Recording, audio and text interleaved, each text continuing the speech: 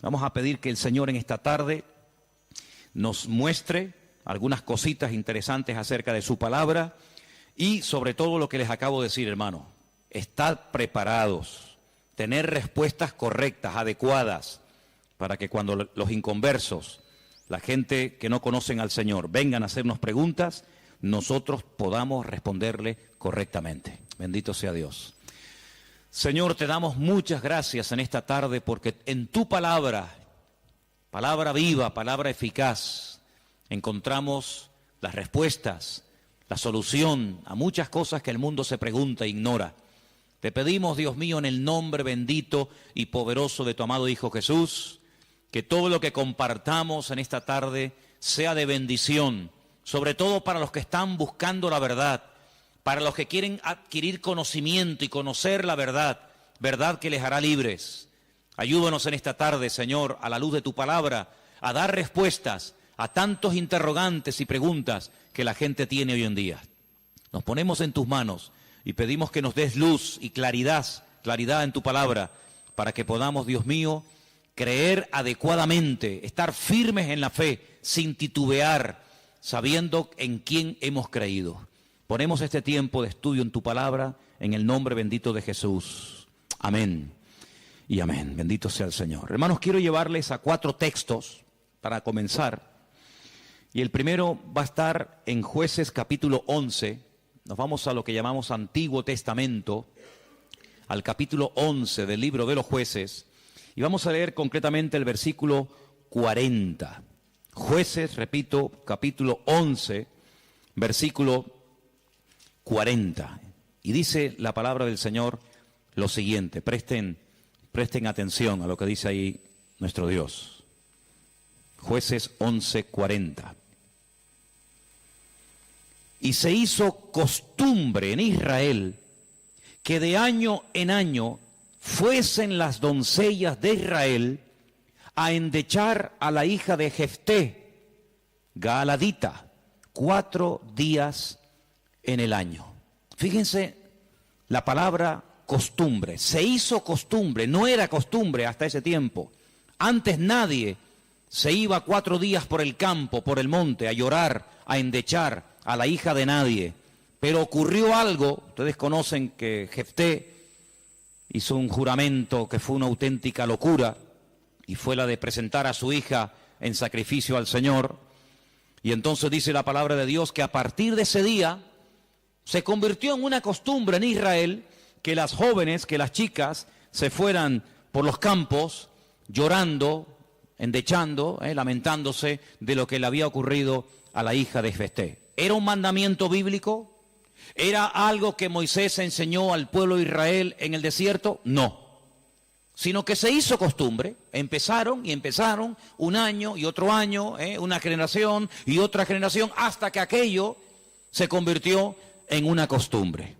Y quiero en esta tarde que ustedes se den cuenta de que una cosa es la costumbre, la cultura, las tradiciones, y otra cosa muy diferente es lo que manda y ordena el Señor en su palabra. A nosotros nos tiene que dirigir la palabra de Dios, no las costumbres de las naciones. No es que esta costumbre, esta tradición lleva 500 años celebrándose en mi país o donde sea. Bueno, los años que se llevan celebrando las costumbres, cualquiera que sean, no le dan credibilidad a la costumbre. Durante muchos siglos era normal salir a una plaza pública y torturar o quemar a una persona, y todo el mundo iba como si fuera un espectáculo público, ¿verdad? Porque era la costumbre de la época. Bueno, pero eso no significa que como era la costumbre, pues está bien. Cuidado, la palabra costumbre, hábito, aparece desde un punto de vista positivo y desde un punto de vista negativo. Por ejemplo, la Escritura dice en el Evangelio según San Lucas que el Señor Jesucristo, conforme a su costumbre, iba el sábado a la sinagoga. Bueno, pero es que hay costumbres buenas, ¿sí? Y hay costumbres malas. En este caso era una costumbre que no tiene nada que ver con la palabra, pero como ya la gente lo hacía, pues el otro lo hacía y el otro lo hacía, y yo creo que ya después de años ni la gente sabía realmente el origen de esa costumbre, pero ya como que formaba parte de la cultura de la época. Quédense con ese detalle. Nos vamos al libro de Isaías, capítulo 2. Libro de Isaías, capítulo 2, versículo 6. Y dice lo siguiente, un texto, por cierto, muy interesante. Isaías 2, versículo 6.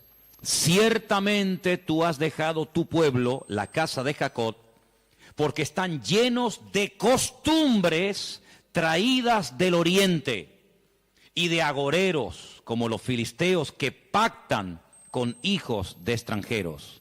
Uno de los reproches que el profeta Isaías lanzaba en la época en la que él le tocó servir al Señor en su ministerio es que ustedes se han llenado de costumbres que no son costumbres con una base bíblica, no son costumbres basados en un mandamiento de la Escritura, sino en costumbres, como dice aquí, importadas, traídas de Oriente, que no tienen nada que ver con ustedes. Por ejemplo, aquí en España, país en el que vivimos, pues se ha metido con una fuerza tremenda una fiesta, que era una costumbre de pueblos paganos, dicho sea de paso, que se ha celebrado hace poco, la famosa fiesta de Halloween, y tú estudias la historia de nuestros pueblos, aquí hay hermanos de otros países de Latinoamérica, y Halloween no tiene absolutamente nada que ver con la cultura latina.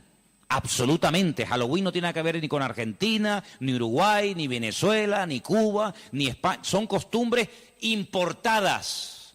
Costumbres que no tienen nada que ver con nuestra cultura, pero a base de repetirlas y practicarlas un año y otro año, como que ya forman parte de una de las muchas fiestas que hay a lo largo del año. Eso precisamente es lo que dice el profeta Isaías en su época. Ustedes han abierto la puerta y se han llenado de costumbres traídas de Oriente, que no tienen nada que ver con ustedes.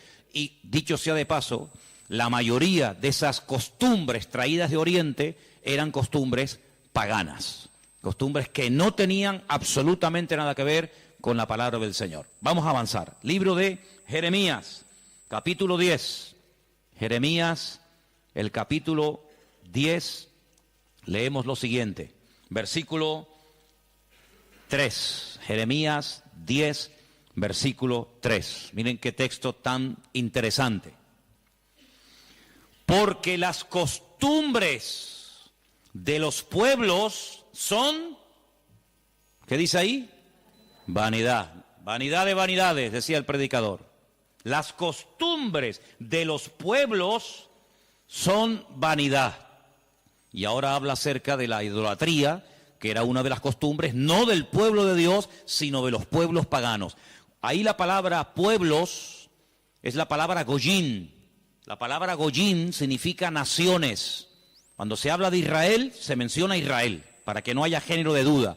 Pero cuando se habla de naciones paganas, naciones extranjeras, naciones, digamos, no adoradoras del Dios vivo y verdadero, se les llama goyim, se les llama naciones. Y en este caso dice, las costumbres de esas naciones, de esos pueblos, son todas absolutamente vanidades.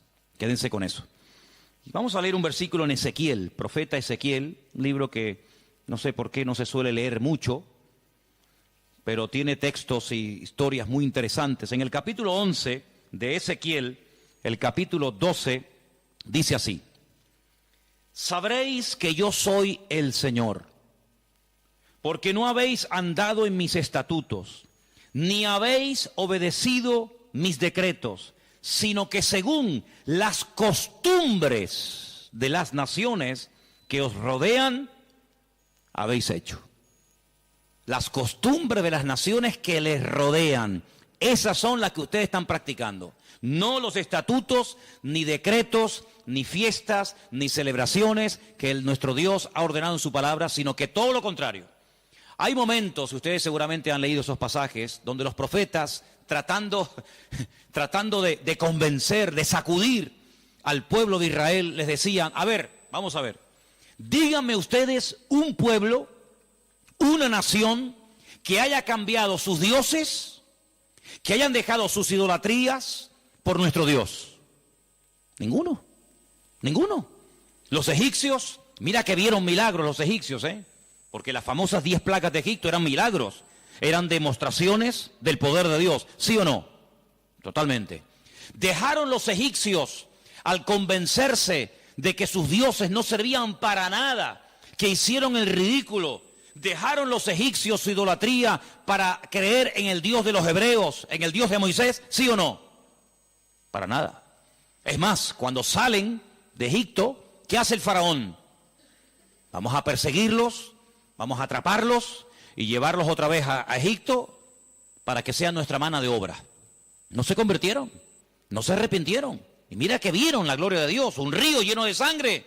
Bueno, eso es algo tremendo. Cruzaban la calle y allí la gente tenía luz y alegría y vida. Y a este lado, muerte, los animales se morían llenos de úlceras, llenos de llagas, miseria, pobreza, muerte. Oiga, aquí hay una diferencia. Esta gente pinta con sangre de cordero las puertas de la casa y no se muere nadie. Y nosotros, los poderosos egipcios, incluido el faraón, se mueren todos los primogénitos. ¿Te parece poca diferencia? Y así podríamos hablar de otra, ¿verdad? Se convirtieron, dejaron su idolatría por el Dios de Abraham, de Isaac y de Jacob. No. Daniel, en Babilonia, ¿cuántas veces vieron la gloria de Dios a aquella gente? Vieron a Daniel sobrevivir toda una noche y no ser atacado por los leones cuando lo metieron en el foso. ¿Se acuerdan, sí o no? Vieron a aquellos 3 jóvenes que les habían cambiado el nombre, que no se quemaron dentro del horno de fuego. ¿Cambiaron? ¿Recapacitaron? Ninguno. Dice, ¿cómo es posible que ustedes habéis podido comprobar que ninguna nación ha dejado sus dioses, su paganismo, para creer en nuestro Dios, y sin embargo ustedes sí lo han hecho? Dejaron al Dios vivo y verdadero para adorar a Moloch, a Milcón, a Astaroth, a Asera, a Baal. ¿Cómo puede ser eso? Pues eso fue lo que pasó. Ellos cambiaron al Dios verdadero por aquellos dioses, y dice el profeta Ezequiel en este pasaje, todo eso que habéis hecho son las costumbres de las naciones que les rodean, pero ustedes, en vez de influenciarles a ellos, que ellos se conviertan a ustedes, ha pasado todo lo contrario. Ustedes se han terminado convirtiendo a ellos. Han adoptado su forma de vivir, su forma de adorar, su forma de cantar, su forma de comportarse.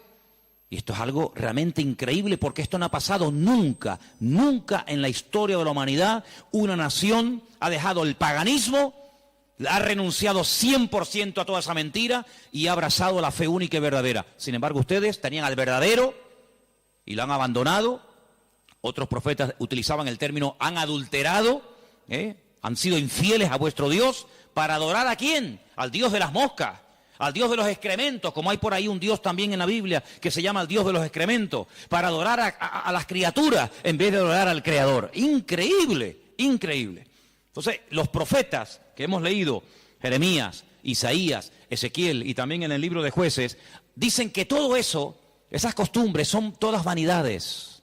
Y entonces nosotros, como creyentes, que hemos, como dice la Biblia, pasado de muerte a vida, cuando nos convertimos al Señor, cuando salimos de donde hemos salido cada uno, pues tenemos, con el paso del tiempo, que no solamente decirle al Señor, Dios mío, gracias por haberme salvado, gracias por haberme perdonado los pecados, sino que quiero también pedirte, quiero que me ilumines, porque a lo mejor de mi antigua vida, cuando yo no te conocía, cuando andaba en la ignorancia, cuando estaba en la idolatría, en las costumbres que practiqué yo y mi familia durante toda la vida, Señor, quiero que tú me ilumines, por si acaso todavía puede ser que en mi vida, en mi familia, en mi forma de hablar, de pensar, de vestirme, etcétera, etcétera, todavía quedar algo que no está bien, pero que como lo hace todo el mundo, pues no parece que sea tan malo. Porque si os dais cuenta, hermanos, hay cosas que se hacen hoy en día que están mal. Pero sin embargo, como las hace todo el mundo, no se ven mal. Por ejemplo, a mí una de las cosas que me llama la atención, cuando voy a lo mejor a algún supermercado, es que de un tiempo a esta parte, en la parte donde está todo lo que es los puros y los cigarrillos y todo esto, es increíble. ¿Os habéis dado cuenta lo que ponen como advertencia, en las cajas de cigarrillos, el cigarrillo mata, ¿eh? El cigarrillo produce enfermedades pulmonares, cáncer, y esto y lo otro. Pero ¿quién hoy en día iría por la calle poniéndole una multa a una persona por fumar? Nadie. ¿Por qué? Porque como lo hace todo el mundo, ya forma parte de una vida normal, pues no se ve tan mal. Pero cuidado, el que lo haga mucha gente no significa de que esté bien, ¿sí o no? Entonces puede ser que a lo mejor algunos de ustedes en algún momento se ha sentido, perdonen la expresión, como un bicho raro en su puesto de trabajo, con los amigos, con la familia, con los vecinos, ¿sí o no? Porque resulta que todo el mundo ve bien, pues ciertas y determinadas cosas que cuando vamos al manual, cuando vamos a la palabra de Dios, resulta que no solamente están mal, sino que incluso son pecado y abominación ante los ojos de Dios. Vaya usted a una manifestación de miles y miles y miles de personas a favor del aborto y párese en esa marcha y diga que el aborto es un crimen, que es un asesinato y que eso es una abominación delante de Dios. ¿Lo matan? ¿Sí o no? ¿Lo matan? Párese usted en una manifestación donde están llevando a una virgen, a un patrón, a un santo y diga, ¿pero qué estáis haciendo? Si nuestro Dios prohíbe todo esto, si eso es abominación delante de nuestro Dios, si en la base mínima, que son los 10 mandamientos, ya se prohíbe categóricamente todo esto, ¿te matan? ¿Por qué? Porque es que esto se ha practicado. Y claro, después ves ahí al alcalde, y ves al teniente alcalde, y ves al concejal de no sé qué, y ves a fulanito de tal, y incluso al rey, y ves a la reina, y ves a la... Entonces parece que como que no está tan mal porque lo practica mucha gente. Y quiero decirte, querido hermano, que en algún momento de tu vida puede ser que tú te sientas como que vas contracorriente, como que la gente como que no te entiende y como que tú estás en otra frecuencia, en otra onda, y es como algo imposible de que lleguen a un entendimiento. Pero al fin y al cabo yo pregunto, hermanos, ¿nosotros a quién tenemos que agradar? ¿A quién tiene que agradar usted? ¿A nuestro Dios, sí o no? Bueno, pues si por agradar a Dios me pongo en contra de la familia, ¿estás dispuesto a pagar el precio? ¿Para qué te vas a bautizar? Con la edad que tú tienes. Si a ti ya te bautizaron tus padres cuando eras pequeñita, no lo pueden entender. Pero saben, hermanos, nosotros, repito, primero a quien tenemos que rendir cuentas a nuestro Dios. Y en segundo lugar, tarde o temprano, como dije el domingo pasado, la fe. Y cuando hablo de la fe, yo no me refiero solamente a la creencia, sino me refiero, cuando hablo de la fe, también aglutino nuestro estilo de vida. Porque nuestra fe es un estilo de vida. Somos diferentes, ¿sí o no? Somos diferentes. Somos diferentes a la hora de hablar, a la hora de pensar, a la hora de reaccionar ante una situación. Somos diferentes, lo queramos reconocer o no, somos gente diferente. Eso incluye también el concepto fe. No solamente que creo en un Dios, en un cielo, en un infierno, en la Biblia como palabra de Dios, sino que la fe me lleva a una serie de cambios. Bueno, pues en ese paquete de mi estilo de vida, yo tengo que pararme y decir, ¿lo que estamos haciendo forma parte de una base bíblica o de costumbres que se han ido traspasando de padres a hijos, de generación en generación? Y yo, como he formado parte toda la vida, evidentemente, de este sistema de vida del mundo, pues las he incorporado como algo normal, pero nunca me paré a preguntarme si lo que yo estaba practicando, si lo que yo estaba creyendo era de Dios o era algo totalmente antibíblico. ¿Quién te convenció a ti? ¿Cuándo te diste cuenta de que adorar imágenes no era de Dios? Algunos de ustedes lo hicieron toda la vida. Pero llegó un momento en el que dijiste, esto no es de Dios, ¿sí o no? El que fue ladrón, el que fue drogadicto, el que practicó la prostitución o cualquier otro pecado. Hay un momento en la vida en el que a la luz de la Escritura, oyendo los mensajes, las predicaciones, leyendo la Biblia, el Espíritu, ¡pam!, te golpeó, ¿sí o no? Te tocó y dijiste, que va, yo no puedo seguir por este camino. Y cuanto más profundices en la Biblia, cuanto más profundices en la palabra, te das cuenta de que uno tiene que cambiar en todo, en todo. forma de hablar, a veces, ¿por qué no decirlo?, hasta en la forma de vestir, ¿sí o no? Hombre, vamos a ver, si por ejemplo una chica que está ejerciendo la prostitución esta tarde se convirtiera al Señor, seguramente la forma como esa chica se viste, que está diseñada para seducir, para atraer, para llamar la atención, pues cuando esa chica se convierta al Señor, lo más probable es que el Espíritu le ponga en su corazón que la forma como viste, pues es una forma que tiene una finalidad, pero que esa finalidad en absoluto la tengo que llevar a cabo en un culto. Por lo tanto, seguramente, en un momento determinado, el Señor le pondrá en su corazón, oye, vístete un poco más decentemente, más ¿sí o no? Seguramente que sí. Y el que toda la vida ha estado robando o toda la vida ha estado haciendo daño, seguro que el Espíritu le va a hablar en ese área de su vida. Pero luego hay otras cosas, como hemos leído, costumbres, que como que no las vemos tan mal. Y hemos visto a la luz de la palabra de Dios, solamente les di 4 textos, están ahí grabados por si los quieren después volver a leer, 4 versículos donde tenemos que analizar y preguntarnos las costumbres, no los mandamientos, las costumbres que estamos llevando a cabo, ¿son bíblicas? ¿Son de Dios? Y ahora vamos a pasar al tema que la gente nos pregunta mucho por internet. ¿Qué opinan ustedes acerca de estas fiestas navideñas? ¿Puede un cristiano? ¿No puede un cristiano? ¿Está bien esto? ¿Está bien aquello? Bueno, lo primero que tenemos que partir de la base es la siguiente. Nadie, absolutamente nadie, desde que el cristianismo o desde que Cristo vino a este mundo, y mira que lo han intentado, nadie sabe exactamente el día en el que nació el Señor Jesucristo. Nadie. A lo largo de la historia se ha especulado, incluso, si ustedes se meten a estudiar este tema, incluso algunos llegaron a predicar y a enseñar en sus respectivos congregaciones o ministerios que Jesús nació entre marzo y abril. Otros entre septiembre y octubre. Y así diferentes opiniones. Por lo tanto, partimos de la base de que, lógicamente, el Nuevo Testamento, porque el Antiguo no te lo va a decir, porque no había nacido, el Nuevo Testamento en ninguna parte te dice exactamente el día en el que el Señor Jesucristo nació. Nadie sabe absolutamente nada.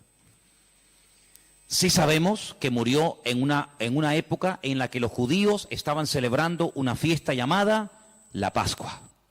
Sí sabemos que hay una fiesta que nosotros la conocemos como Pentecostés, que su nombre original es Shavuot, la fiesta de las semanas, que el Señor la utilizó para que en esos días, en ese día concretamente, pues aquel grupo que había en aquella casa fueran llenos del Espíritu Santo. Eso sí lo sabemos. También podemos saber con exactitud que el Señor Jesucristo, la noche que fue entregado y en ese lapsus de entre una hora y otra, y fue a ser crucificado, se estaba celebrando la fiesta de los panes sin levaduras que se unía a la de la Pascua. Todo eso está clarísimo. Y sabemos pues cuándo hay que celebrar la fiesta de la Pascua y la fiesta de Pentecostés y la fiesta de los tabernáculos. Todo eso lo sabemos porque está estipulado en la Biblia. Y te dice, contarás desde tal día a tal día, tantas semanas. ¡Pum! Y eso es matemático.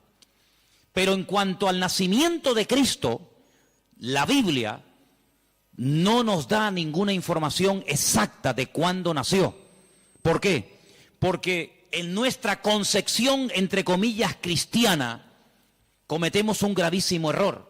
Y es que Jesucristo nació en un contexto judío, no en un contexto cristiano. Jesús nunca fue a ninguna iglesia evangélica, él toda la vida fue a sinagogas. Jesús nunca practicó costumbres cristianas. Las costumbres que él practicó y su padre y su madre y sus antepasados eran costumbres judías, ¿verdad? Por lo tanto, para nosotros se comienza a contar desde el nacimiento del niño y dice, bueno, el niño nació el 2 de octubre. Pues al año que viene, el día 2 de octubre, el niño cumple un añito. ¿Sí o no? En la mentalidad judía no se cuenta el tiempo así. En la mentalidad judía, en el momento en el que la mujer sabe que está embarazada, en el que la mujer sabe perfectamente que sí o sí está embarazada, ahí se empieza a contar. No a partir del nacimiento a los 9 meses, ¿me entendéis? Por lo tanto, ya empezamos mal. Es como, por ejemplo, cuando nosotros decimos, bueno, ahora mismo aquí en Tenerife tenemos las 8 en punto de la noche. A las 12:01 será día viernes. Eso según nuestro calendario, según nuestra cultura, según la Biblia, ya es viernes. ¿Por qué? Porque en cuanto cae el sol y ya se puede ver aunque sea una sola estrella en el firmamento, automáticamente ya estamos al día siguiente. Entonces dice, entonces todos al revés. Bueno, hay que saber estas cosas. Nuestro calendario gregoriano, inventado, mandado a hacer por un papa, tiene 365 días. El calendario bíblico tiene 360 días. Otro dato a tener en cuenta. ¿Qué te parece? Y así podríamos contar cantidad de detalles que cuando uno va a la palabra, uno tiene que conocerlos. Porque si no ya estás partiendo equivocadamente. Y entonces decimos, el nacimiento del niño marca el momento de su nacimiento y de su próximo cumpleaños. Te vuelvo a repetir, la vida en la cultura judía, en la cultura hebrea, se cuenta a partir de la concepción, no a partir del nacimiento. Ahora bien, tengo aquí algunos datos que les voy a leer en esta tarde, que son muy interesantes, pero primeramente quiero decir lo siguiente. No sabemos la fecha exacta del nacimiento de Cristo. No hay ni un solo ejemplo, ni uno solo. Si alguien sabe de alguno, por favor que lo diga ahora, o calle para siempre. No hay ni un solo ejemplo en el Nuevo Testamento de nadie que haya practicado el nacimiento de Cristo, que haya celebrado, mejor dicho, el nacimiento de Jesús. La única fiesta que nos obligó el Señor a recordar frecuentemente fue, dice, haced esto, háganlo en memoria de mí. Y cada vez que comáis este pan y cada vez que bebáis de esta copa, mi muerte estáis anunciando hasta que yo vuelva. Es una orden. Yo sé que hay movimientos cristianos o evangélicos que no practican esto de tomar pan y vino asiduamente, porque dicen que es algo simbólico. Bueno, yo solamente lo digo con todo mi respeto, no saben lo que se pierden. Y es una interpretación incorrecta. Yo creo que es bíblico y estamos todos de acuerdo, ¿sí o no? Que hay que partir del pan y el vino. Hombre, hay iglesias que lo hacen todos los domingos. Elena, por ejemplo, se crió en una iglesia que todos los domingos, sí o sí, todos los domingos a la mañana, se llama culto de comunión. Por eso, porque se da la comunión.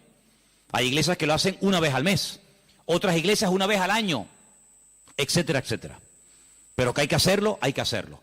Pero Jesús nunca dijo, los discípulos nunca dijeron, Pablo nunca escribió, Pedro nunca escribió, Santiago nunca escribió, ningún discípulo escribió, y también tenéis que recordar todos los años el nacimiento del Mesías.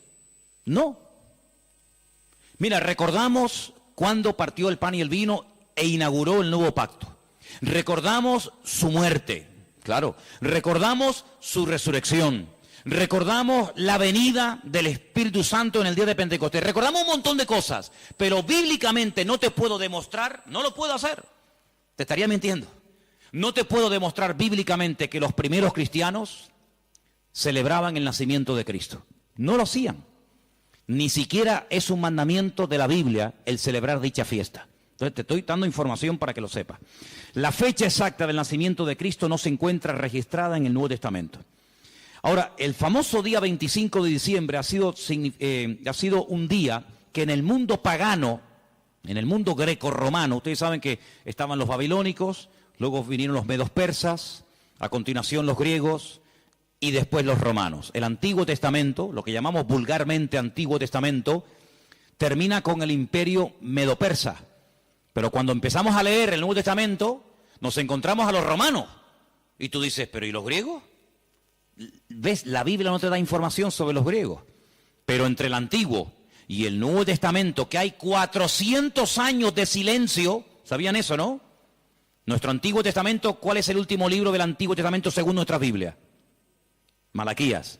Pero cuando tú vas a una Biblia hebrea, tú te das cuenta que el último libro del Antiguo Testamento no es Malaquías, es Segunda de Crónicas.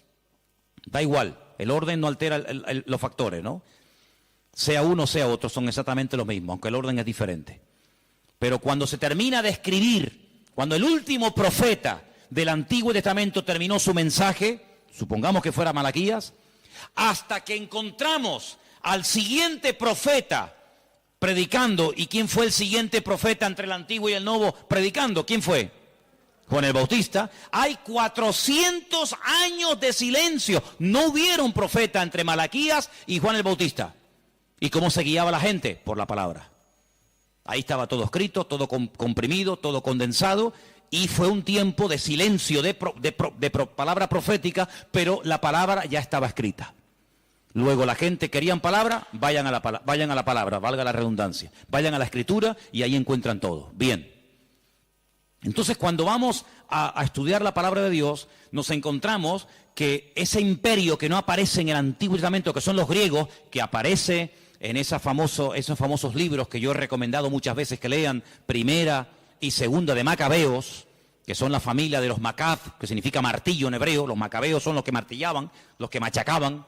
Y en estos días en Israel se está celebrando una fiesta que no tiene una base, vamos a decir, bíblica, sino es un mandamiento bíblico el cumplirla, vaya, pero que es una fiesta que en estos días ya se está celebrando, y les voy a demostrar que Cristo la celebraba, aunque no era mandamiento, Él la celebraba, y es una fiesta que se llama la fiesta de Hanukkah.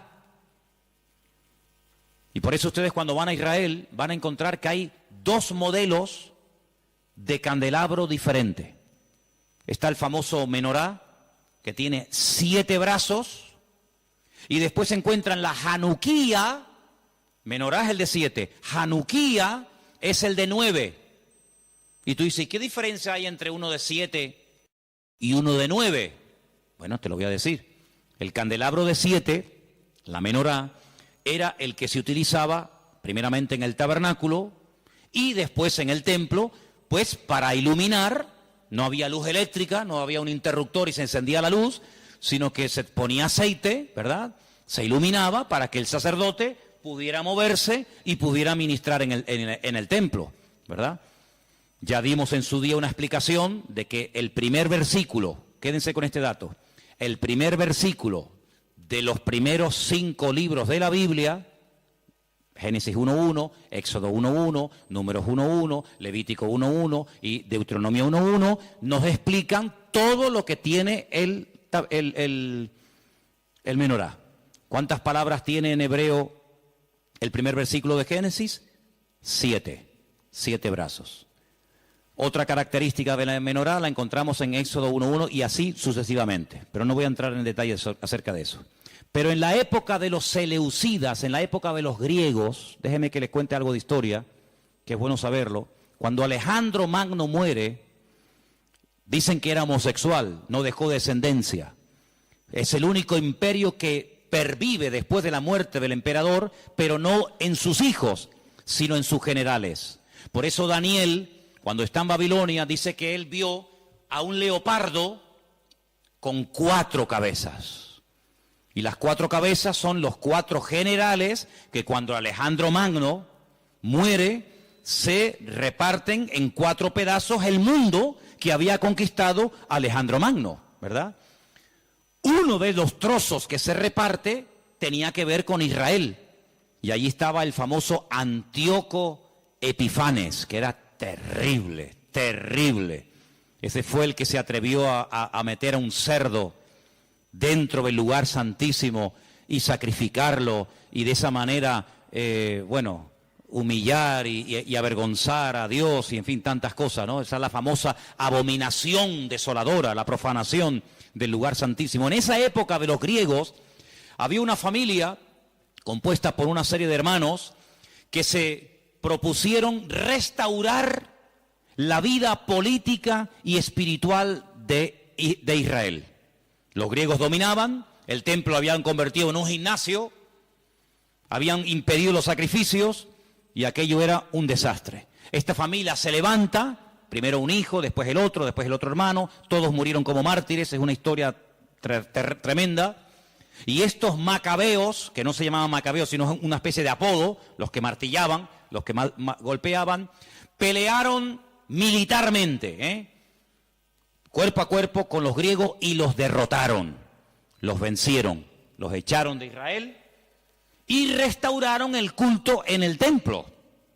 Pero resulta que el aceite que se utilizaba para las lámparas del candelabro, en este caso de la menorá, no llegaba, porque lleva un proceso y se tarda un tiempo en elaborar ese aceite específico para la menorá. Había muy poco aceite. ¿Qué ocurrió? Oraron al Señor y el Señor hizo que la poca aceite que quedaba durara milagrosamente más tiempo de lo que habitualmente duraba. A partir de ese momento, para recordar el milagro de que el Señor permitió que el aceite durara más tiempo de lo habitual, se comenzó a celebrar la fiesta de la Hanukkah, la fiesta de las luces, la reinauguración del templo. Entonces, en esta época del año, para recordar ese milagro, se enciende con la vela del centro, cada día una vela diferente, hasta llegar a 9 velas, porque ese fue el tiempo que duró el aceite. Y eso es lo que significa la fiesta de Hanukkah. Ahora ustedes pueden ver, dice, y Jesús subió al templo a la fiesta de la dedicación del templo. Y tú dices, ¿qué fiesta es esa? Porque ahí no dice Pascua, ahí no dice Pentecostés, ahí no dice Tabernáculo, dice a la fiesta de la dedicación del templo. Pero si el templo ya estaba inaugurado cuando Cristo vivía. Pero era la fiesta en la que se recordaba la reinauguración del templo cuando los macabeos derrotaron a los seleucidas, a los griegos, y entonces esa era la fiesta de Hanukkah que Cristo la celebraba, Juan capítulo 10. Entonces Cristo, que sabía la historia de esa fiesta, dice, yo soy la luz del mundo. Y la gente sabía lo que estaba diciendo, porque así como este aceite, esta luz se enciende, yo soy ahora la luz del mundo. Y posteriormente a sus discípulos le dice, y ahora también vosotros sois la luz del mundo. Y todo está basado en algo que pasó en aquel tiempo. Entonces, cuando vamos al Nuevo Testamento, nos encontramos que nos dice la Biblia quién gobernaba en el Imperio Romano en el tiempo del nacimiento de Cristo. Pero cuando se hace el calendario gregoriano o cristiano, vaya, el que tenemos ahora mismo nosotros, se cometió una gravísima equivocación. Algunos calculan que del verdadero calendario bíblico al que usamos actualmente puede haber una diferencia entre 4 y 6 años. Es decir, que en vez de estar ahora en el 2015, estaríamos ahora 4 años o 6 años más de lo que estamos. Y eso es bueno saberlo, porque la Biblia nos da datos acerca de lo que va a ocurrir en cada tiempo, y por eso estamos viendo profecías cumplidas nosotros en este momento, que tú dices, pero no me encaja el tiempo. Claro, no te encaja el tiempo si te llevas por el 2015, pero si te llevas por el calendario bíblico, te encaja todo de una forma maravillosa, porque Dios no se mueve con el calendario inventado por don Gregorio, sino Él se mueve por el calendario inventado y creado y dado por Él en su bendita palabra. ¿Cuántos dicen amén? Entonces, sigo leyendo esto que está muy interesante. La historia de la Navidad parece tener los primeros antecedentes entre el 320 y 353 después de Cristo. Es decir, que hasta el 350 y pico después de Cristo, ningún cristiano, ninguna iglesia practicaba o celebraba lo que vulgarmente llamamos la Navidad. Durante más de 300 y pico de años, esto no existía. ¿Qué te parece? Yo dije un día que si ustedes quieren ver la transformación terrible que experimentó el cristianismo, tienen que leer detenidamente lo que pasó en el Concilio de Nicea.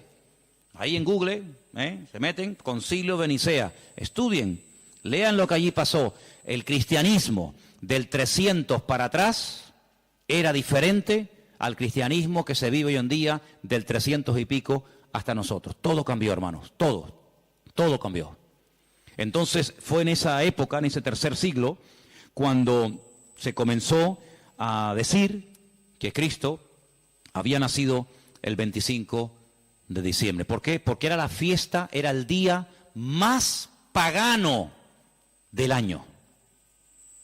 Se celebraba el culto al dios Saturno, y el dios Saturno era el dios de las cosechas, y era un día de celebración, pero de celebración pagana, de sacrificios en agradecimiento al dios Saturno.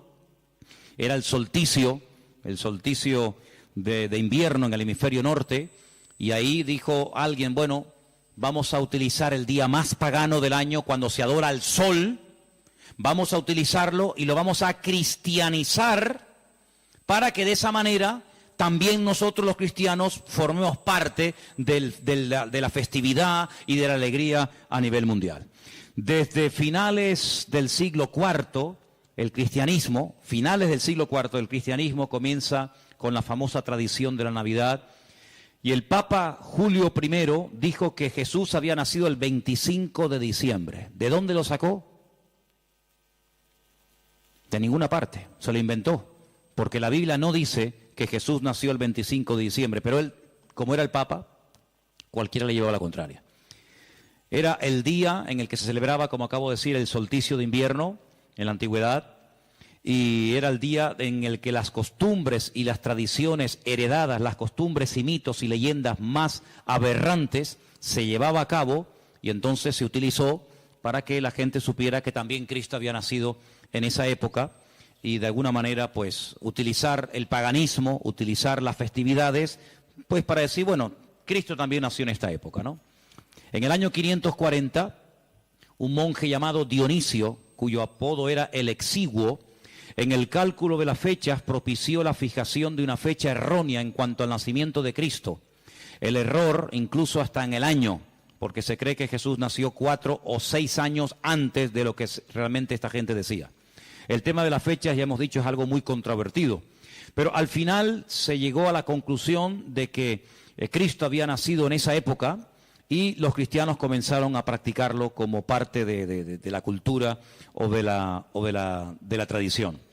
Hay muchos relatos en los que cuenta la historia que miles y miles de cristianos se dejaron matar, quemar, crucificar y torturar hasta la muerte porque se negaban a celebrar la famosa Navidad el 25 de diciembre. Así que hermanos nuestros en la fe han muerto quemados, torturados y crucificados por negarse a formar parte de una fecha inventada, creada por el hombre, rodeada de paganismo, donde una de las costumbres que había era sacrificar toros, sacrificar animales, cortarle los testículos a estos animales y colgarlos en los árboles. De ahí viene la famosa costumbre de colgar bolitas en los árboles, de la costumbre pagana de aquellos degenerados griegos y romanos que hacían este tipo de ofrendas y de sacrificios a sus dioses, y de ahí pasó. Luego se prendía fuego al árbol, pero claro, prender fuego al árbol, pues en una casa particular es una temeridad, y entonces a alguien con el paso del tiempo se le ocurrió ponerle un montón de luces para que represente aquel fuego, que evidentemente no se puede hacer hoy en día por sentido común, pero entre las bolitas y el fuego que se pone, las luces que se pone, pues es lo más parecido a aquellas bolitas que se ponían colgadas en los árboles, y al mismo tiempo las luces representan el fuego, que por cuestiones obvias no se pueden poner hoy en día. Así que Jesús no nació el 25 de diciembre, pero escuchen esto porque es muy interesante.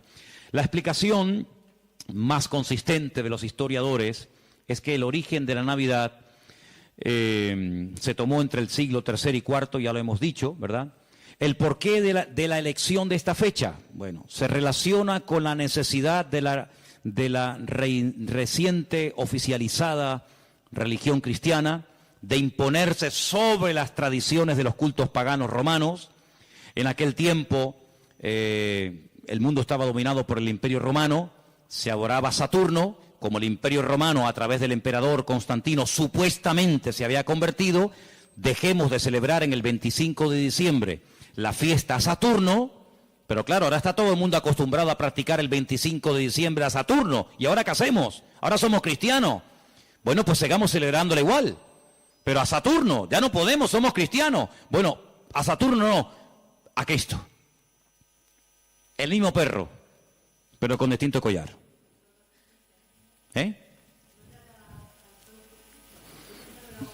Adoraban al sol. Ellos pueden decir misa.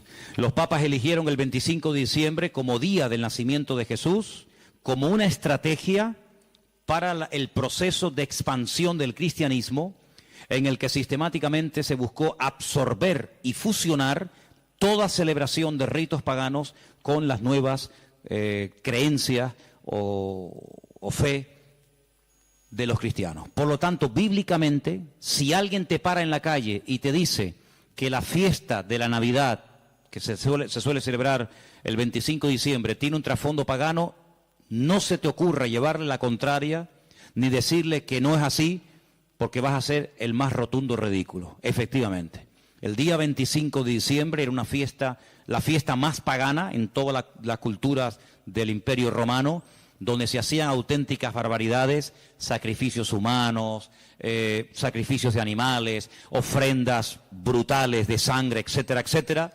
Como supuestamente, repito, el Imperio Romano dejó el paganismo y abrazó la fe cristiana que había perseguido durante más de 300 años, pues ahora ¿qué hacemos? Ahora nos encontramos con un dilema. Bueno, lo solucionamos fácilmente. Seguimos manteniendo el día, seguimos manteniendo las costumbres de dicho día, ¿vale?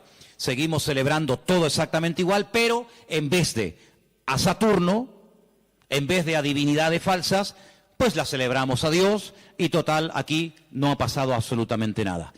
A base de repetir y de repetir y de practicar, un siglo, una generación, otra generación, nos hemos puesto hoy en día en el año 2015, aparentemente después de la era cristiana, y resulta que hemos abrazado unas costumbres y unas prácticas que nosotros no lo hacemos con ninguna mala intención, ¿no? Nosotros no lo hacemos porque creemos en el paganismo, ni mucho menos, pero sin darnos cuenta, estamos practicando y celebrando y haciendo cosas que tienen un trasfondo totalmente pagano, pero después queremos que los paganos cambien cuando los paganos lo que han hecho es que nos han cambiado a nosotros.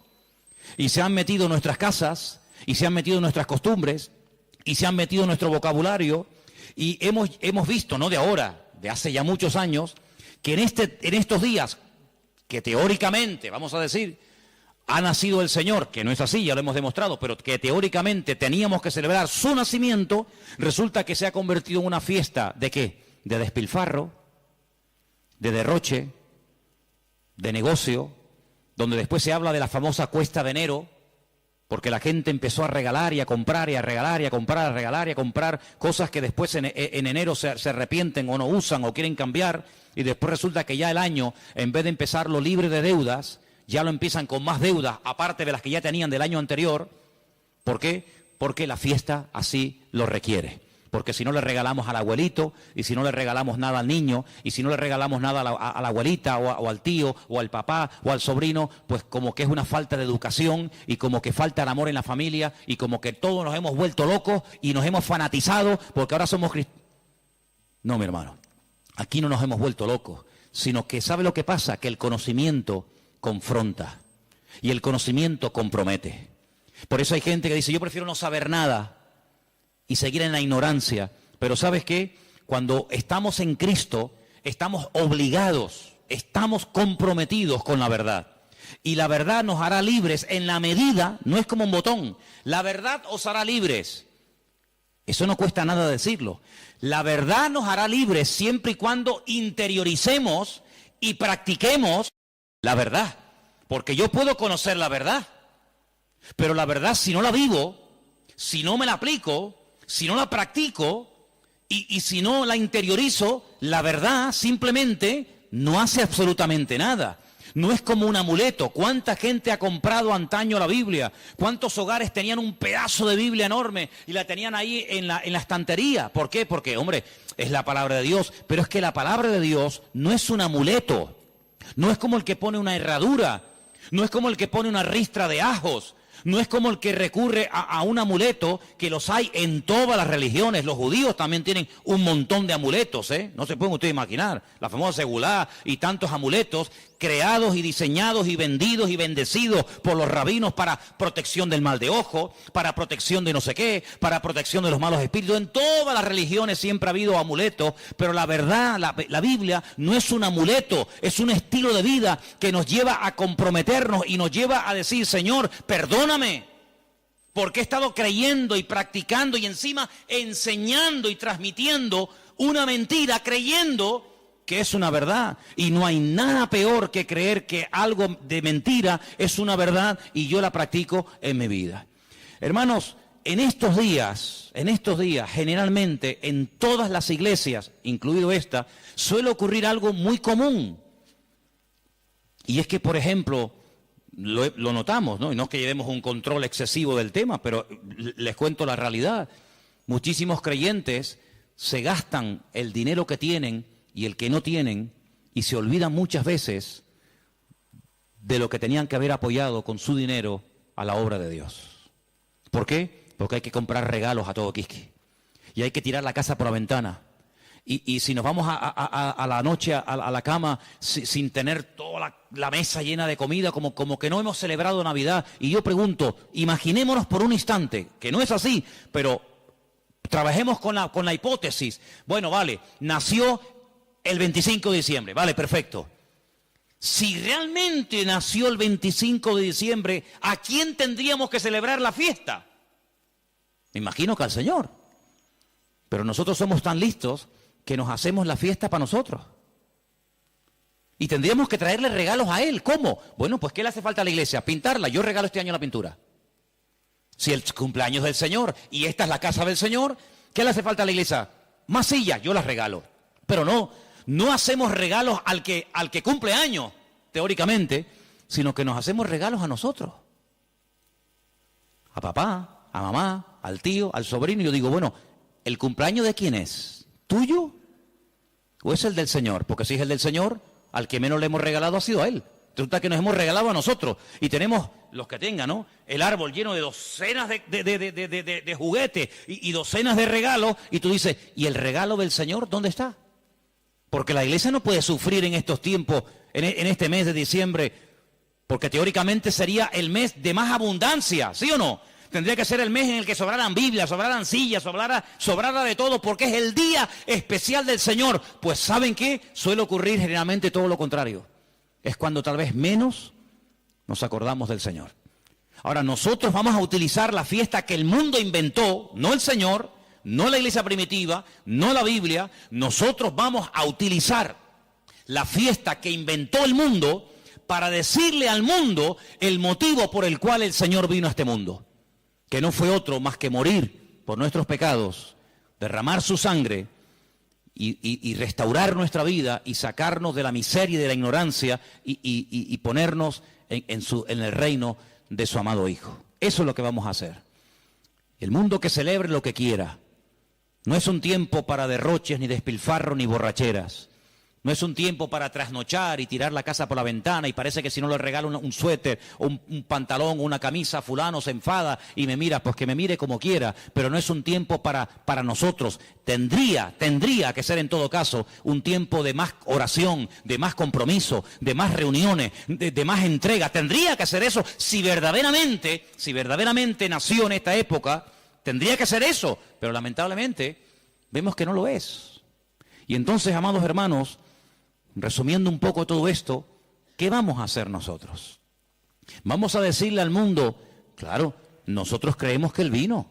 ¿Cómo no lo vamos a creer? Nosotros creemos que Él nació y que Él vivió en esta vida y que Él murió y que Él resucitó y que digan lo que quieran, pero vino con propósito, vino con un objetivo, no vino para entretenernos, no vino para que ahora en diciembre tiremos la casa por la ventana, luego en abril, marzo, abril, volvamos a recordar toda la tragedia de la sangre, de la muerte, de Pilato, de la crucifixión, de la tumba, de los latigazos, etcétera, etcétera, y el resto del año. No, hermano, no vamos a dejarle al mundo que nos diga cuándo y dónde tenemos que celebrar lo que tendríamos o no que celebrar. ¿Qué es lo que tenemos que celebrar? Lo que dice la Biblia. Haced esto en memoria de mí. Ahí tienes ya un ejemplo. Si dice el Señor, nos dice el Señor, haced, cumplid con esto en memoria de mí, bueno, ahí tenemos una obligación, pero en ninguna parte mi Señor, nuestro Señor, ni a ti ni a mí, nos dice, y una vez al año recuerden que el 25 de diciembre yo nací, porque dicho sea de paso, cuando Cristo nació,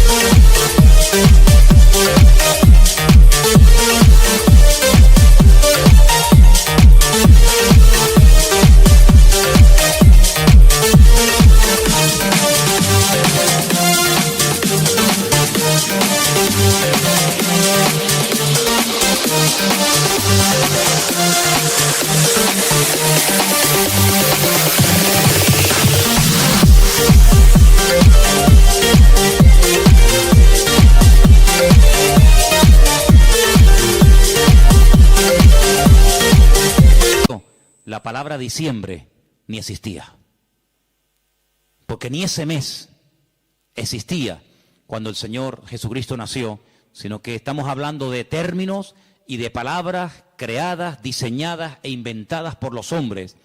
Y quiero que este año sea diferente, debe ser diferente este año en nuestras casas. Lo dije hace mucho tiempo, cuando pongamos la mesa y nos juntemos los hermanos, los amigos, los familiares, etcétera, pongan en la mesa un cubierto como si Él estuviera sentado en la mesa con nosotros. Para que cuando venga un inconverso te diga, oye, ¿y ahí no se va a sentar nadie? Sí, ahí está sentado esta noche el Señor con nosotros.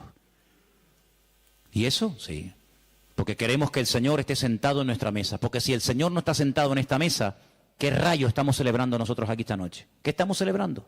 ¿Un banquete? ¿Qué estamos celebrando? Si el Señor no está sentado en esta mesa, ¿qué hacemos aquí tú y yo? Es una cena normal y corriente como cualquier otra, pero queremos invitar al Señor a nuestra casa.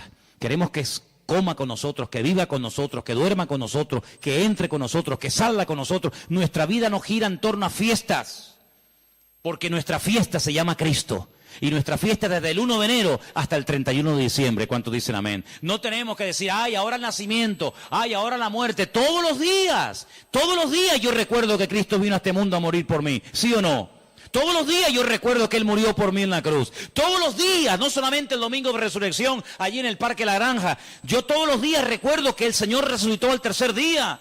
Yo todos los días recuerdo que Él está vivo. No tengo que decir, bueno, ahora esto. Ahora, ¿quién nos marca a nosotros el calendario?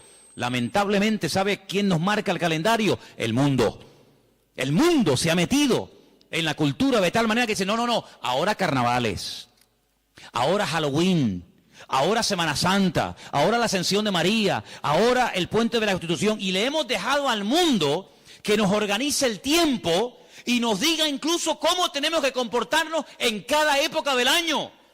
Claro, nosotros gracias al Señor somos cristianos y muchas de esas cosas ya no las hacemos, pero el que es mundano, el que no es cristiano, dice, carnavales, ¿me tengo que disfrazar? ¿Me tengo que disfrazar? ¿Por qué? Porque el mundo dice que ahora es cuando yo me tengo que hacer de disfrazar y hacer el idiota durante una semana o 15 días, pero luego no, ahora dice, no, ahora viene la cuaresma, ahora viene la resignación, el perdón, la ceniza, no sé qué, no sé cuánto. No, ahora viene la Semana Santa, no, ahora viene no sé qué. Y le hemos dejado al mundo que organice nuestro tiempo y nuestro estilo de vida. Nuestro tiempo y nuestro estilo de vida, ya lo dijo el Señor cómo tiene que ser. Si a alguien le interesa, aquí lo tienen. Señor, ¿qué tengo que celebrar en marzo?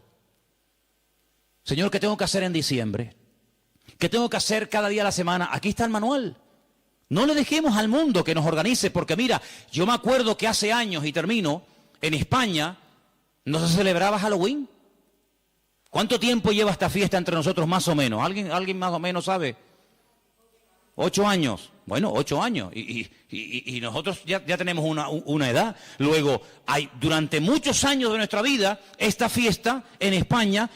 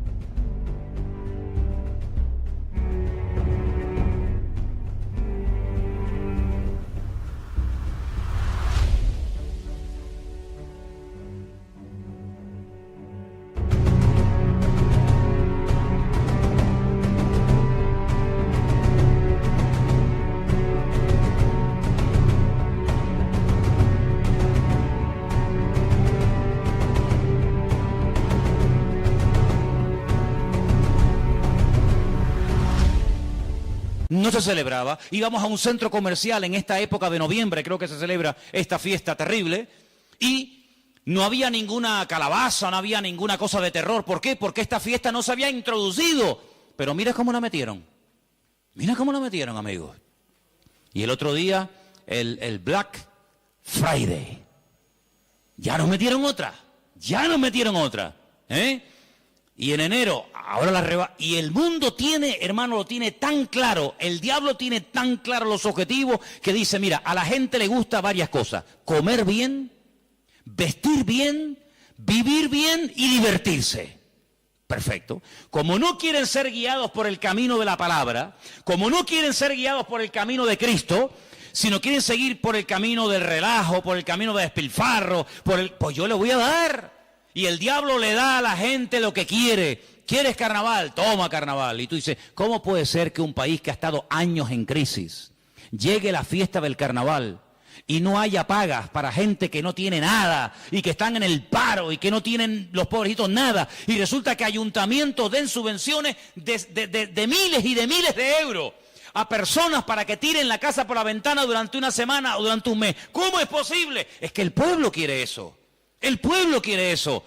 En el pueblo de Tordesillas, en la provincia de Valladolid, la tradición del toro de la Vega. ¿Quién no ha oído esa barbaridad? Cogen un toro bravo, lo sueltan al campo y miles y miles y miles y miles de personas lo rodean, lo pinchan, lo clavan, lo torturan. Cuando ya el animal está reventado que no puede más, llega uno, rácate, le clava una lanza, lo montan en un caballo, lo llevan al pueblo y es el héroe, porque este año ha matado el toro de la Vega.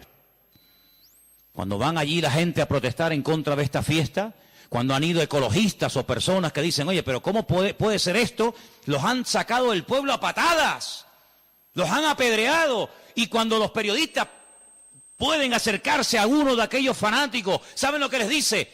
Nunca dejaremos de celebrar esta fiesta en nuestro pueblo, porque esta es una tradición que hemos tenido en nuestra tierra de toda la vida. Y es como si la tradición impera por encima de la razón. Primero la tradición, luego la razón. Primero la tradición y luego todo lo demás. Pero vamos a ver, pero como creyentes vamos a entrar en ese juego. Hermanos, muchos de ustedes cuando entraban al agua y se iban a bañar no se persignaban. O cuando pasaban por una cruz no se persignaban. O cuando pasaba un coche fúnebre no se persignaban. ¿Lo siguen haciendo? ¿A que no? Pero si lo hicimos toda la vida. Pero ya no. Ya no. Porque hemos entendido de que hemos pasado de muerte a vida. Pero sigamos pasando de muerte a vida. No nos quedemos en mitad de camino. No digamos, ya no adoro a esto, ya no adoro a aquello, ya no adoro a esto, ya no hago tal. Pero alguna cosita me queda. Me queda esto y bueno, total son unos días. Hermanos, sigamos avanzando. Ese fue el gran error de Israel. Entró, conquistó cuatro cachitos de tierra. No, toda la tierra tenés que conquistar. No, Jericó, un poquito por aquí, un poquito por allá. Sí, pero escucha, es que allí viven los filisteos. Ah, bueno, no importa. Y allí viven los amorreos. Y allí viven los no sé qué. Total, tenemos ya 4 casitas nuestras vaquitas, nuestras ovejas, nuestras gallinitas. No, hijo, tienes que conquistar toda la tierra, porque si no los conquistas, ellos mañana se vuelven contra ti y te van a conquistar. Y en la vida cristiana no es conquistar el tabaco, la droga, la prostitución, la mentira, no sé, el soborno, no sé qué, no sé cuánto. Bueno, ya estos días ya están vencidos. Gloria a Dios. Pero ven para acá. ¿Y esto? ¿Y esto? ¿Horóscopo? ¿Cómo? ¿Sí, horóscopo? Ay, amigo. No, pero es que ya no fumo, ¿no? Que no estoy hablando de eso. Eso ya está. Todavía tienes un poquito de horóscopo. Un poquito ahí de no sé qué. ¿Esto cuándo lo vas a conquistar? Lo que has conquistado no es excusa para no seguir conquistando lo que te falta. Es más, si has conquistado y superado cosas tremendas, te tienes que agarrar a eso y decir, Señor, como tú me ayudaste a conquistar y a vencer esto, que para mí era algo grande, importante, agárrate a eso y sigue practicando cosas. Porque yo te voy a decir una cosa. Cuando el Señor llamó a Gedeón, ¿se acuerdan? Llamó a Gedeón y le dice, mira, ven para acá. Tu padre tiene un ídolo en la casa y lo adora. Levántate y rómpeselo. Y Gedeón dice, el ídolo de mi padre. Dice, sí, porque él no lo va a romper nunca. Entonces tú, que tienes las ideas más claras que él, ayúdalo, desata a tu padre. Porque si tú le dices a tu padre, papá, Dios me ha dicho que rompas el ídolo, tu padre nunca lo va a hacer. Pero tú sí lo tienes claro, ayuda a tu padre. Tú tienes más luz que él. Y entonces dice que lo hizo de noche. No se atrevió a hacerlo de día. ¿Saben la historia, no? Se levanta, despedaza el ídolo del padre. Y al día siguiente, ay mi madre, se monta la marimorera en la ciudad. ¿Quién rompió el ídolo del fulano de tal? El ídolo, el muñeco, la imagen del padre de Gedeón. Sale el padre de Gedeón, se entera y dice, bueno, si era tan poderoso, no fue capaz de defenderse. No sé quién habrá sido, pero vino alguien, lo rompió y no fue capaz de defenderse. Luego, no era tan Dios como yo creía que era. Fíjate que el hijo ayudó a que el padre se diera cuenta de que había estado adorando a un muñeco, creyendo que era un Dios poderoso, y cuando le atacaron, como es un ídolo, no pudo defenderse. Mira como un pequeño detalle, bueno, pequeño, como un gran detalle de su hijo, le ayudó a su padre a decir, oye, gracias, porque hoy me he dado cuenta de que yo estaba adorando a un muñeco. Hermano, hay gente que a lo mejor dice, mira, yo esto lo voy a dejar de hacer. ¿Por qué? Porque no es de Dios. Pero hay gente que no tendrá la fuerza. ¿Por qué? Porque la costumbre, la tradición, la familia, la sociedad, no sé qué. No te preocupes, yo le digo a la gente, mira, ¿usted le da miedo romper los muñecos que tiene? Ay, sí, porque me da cosita, tráigaselo que yo se los rompo. Yo le ayudo. No será la primera vez que me voy a ese patio ahí y me lío a martillazos con Pedrito, con Juanito y no se defienden tú, ¿eh? Los desmigajo todos, ¿eh? Y no se defiende ninguno. Y le digo, ¿te das cuenta cómo nos han defendido? Entonces, hermano, hay cosas que tendrás que romper tú. Tú tendrás que romperlas y quitarlas de tu vida. Pero hay momentos en los que Dios te pondrá en una casa, en una familia, para decir, mira, déjame ayudarte. Déjame demostrarte que esto no sirve para nada. Y ahí se van a dar cuenta, con ese acto de fe y de obediencia que tú has ejecutado, se van a dar cuenta de que verdaderamente estaban creyendo en una mentira. Yo les he dado de comer, les he dado información, hagan lo que les dé la gana, como dijo Josué. Hagan lo que quieran, pero yo en mi casa serviremos al Señor. ¿Oramos? ¿Les parece? Venga, oramos. Cierre sus ojos y recuerde lo que ha oído esta noche, porque el conocimiento compromete y confronta, y sin confrontación no hay cambio. Por eso esta noche Dios te ha dado una información y te ha dicho, esto viene de esto, esto y esto. Tú sabrás lo que haces. Pero te damos gracias porque tu palabra es luz. Es una lumbrera, es una antorcha que alumbra en medio de las tinieblas, en medio de la oscuridad. Y en esta noche, Señor, en este día, queremos pedirte, Señor, que nos dé fuerzas para que podamos terminar todos y cada uno de tus hijos este año en una rotunda victoria, contundente, real y genuina. Oramos por todos los hermanos por todas las personas que a lo largo de la tierra nos están viendo y siguiendo cada semana, culto tras culto. Desde aquí, desde Tenerife, bendecimos a esas miles y miles de personas que nos escriben, que nos ven, que nos oyen. Señor, queremos pedirte por ellos para que los bendigas y para que juntos podamos extender el reino de Dios, las verdades del Evangelio, las verdades que salvan, que transforman las vidas, que son las verdades de tu palabra.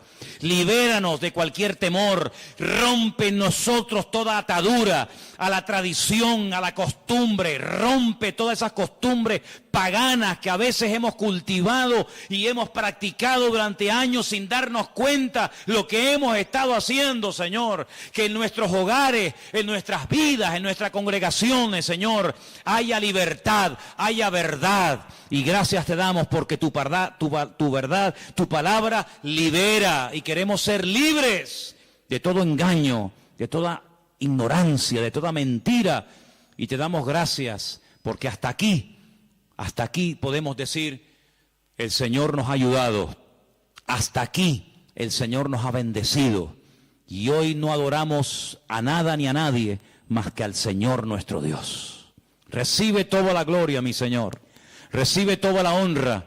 Y que en esta noche salgamos de este lugar con las ideas claras, sabiendo lo que tengo y lo que no tengo que creer y practicar. Porque tu palabra siempre habla y yo acepto que el Señor ha hablado a mi vida esta noche. Y toda la gloria para ti, mi Dios. En el nombre de Jesús. Amén.